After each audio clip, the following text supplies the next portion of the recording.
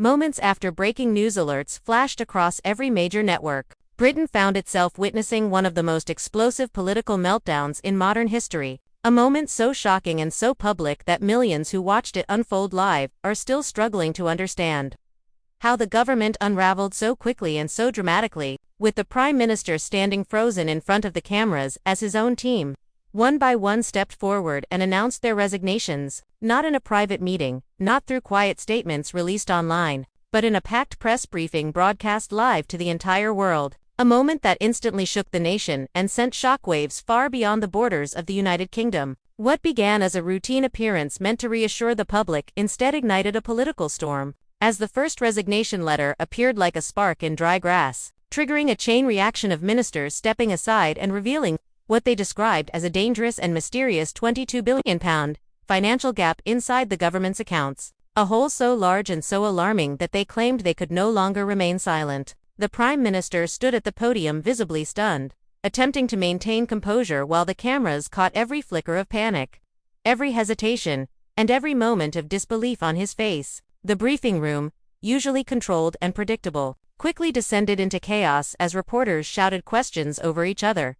Cameras zoomed closer, and ministers, some trembling, some furious, some determined, declared one after another that they could no longer support a government that had, according to them, failed to confront or disclose the truth about the missing billions. As this extraordinary scene played out, the country erupted into confusion. Television channels interrupted regular programming with bold red breaking news banners. Social media platforms surged under the weight of millions of people searching for details, and political commentators openly admitted they had never seen a government collapse live on air. With the Prime Minister standing in the middle of a spiraling crisis that seemed to take on a life of its own, people across the country watched the events unfold in complete disbelief, some stopping mid-meal, some standing in silence in shops and offices, all trying to understand how a government that appeared stable only hours earlier could disintegrate so quickly. Inside the briefing room, the resignations grew more intense, with ministers referencing missing reports, unanswered warnings,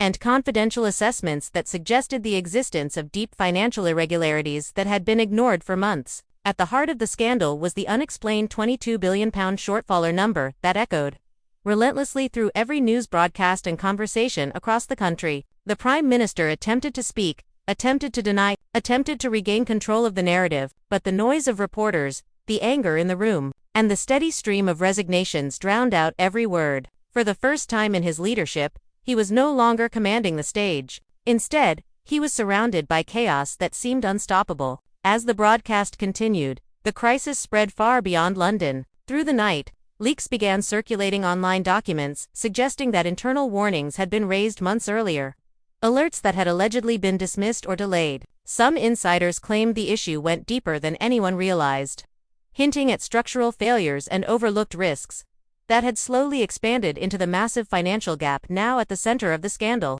Others speculated that the leadership had been aware for some time but failed to act, hoping the problem would resolve quietly. No version could be confirmed, but the uncertainty alone was enough to fuel the growing anger. After the live broadcast ended, Number 10 descended into chaos.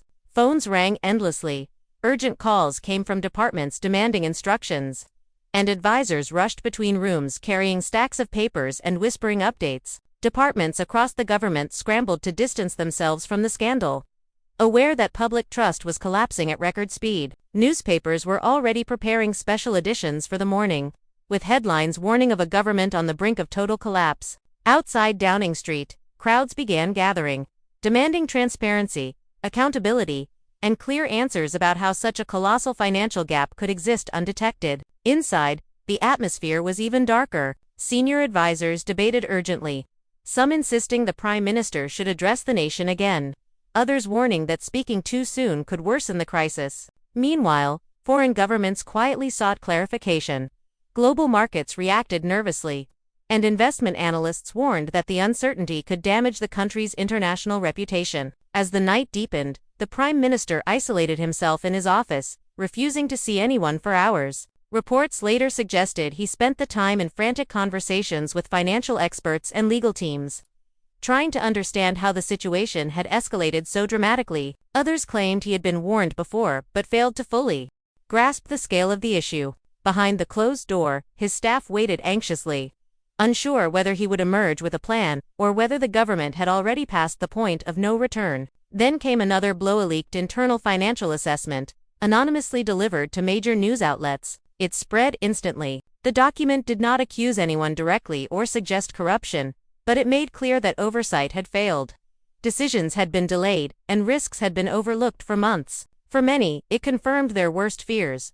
The crisis was not sudden. It had been building silently. The leak shattered whatever loyalty remained in the government. Members of the Prime Minister's own party publicly questioned his leadership. Others hinted that a formal challenge to his position was inevitable. Protesters outside Number 10 grew louder, and tensions rose across the country. Reporters described the situation as the most severe political collapse in decades. Yet the most damaging moment was still to come. After midnight, another confidential transcript leaked, this time from a meeting weeks earlier, in which several ministers reportedly warned that the financial shortfall was spiraling out of control and requested an emergency audit. According to the document, the audit was delayed repeatedly, whether out of caution, political concern, or disbelief. This revelation ignited outrage across the nation. Social media exploded with demands for resignation.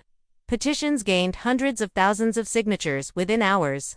And analysts warned that the government was losing credibility by the minute. International markets reacted sharply, with early reports showing a drop in confidence tied directly to the scandal. Inside Downing Street, the situation transitioned from panic to full emergency mode. Advisors worked non-stop, meetings took place back-to-back, and arguments erupted over the Prime Minister's next steps. Some urged him to take full responsibility to calm the public, while others insisted the investigation needed more time. But as the hours passed, the pressure only intensified. Then, just before dawn, the most alarming development occurred. Senior civil servants, individuals essential to the functioning of government departments, submitted their resignations. Their departure signaled a deeper problem. The machinery of the state itself was beginning to malfunction. It was no longer simply a political crisis. It was becoming a national emergency. Finally, the Prime Minister reappeared before the cameras. He looked exhausted, drained, and shaken. His statement attempted to reassure the public,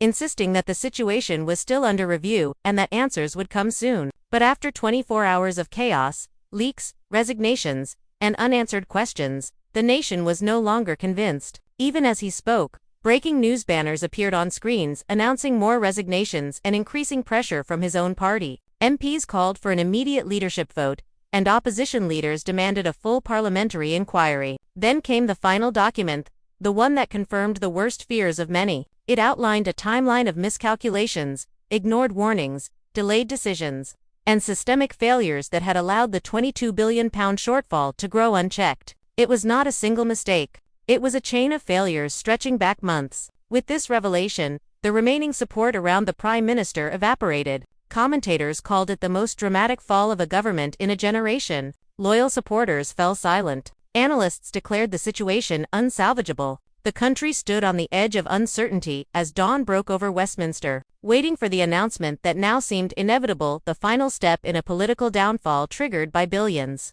gone missing and a leadership that failed to act in time.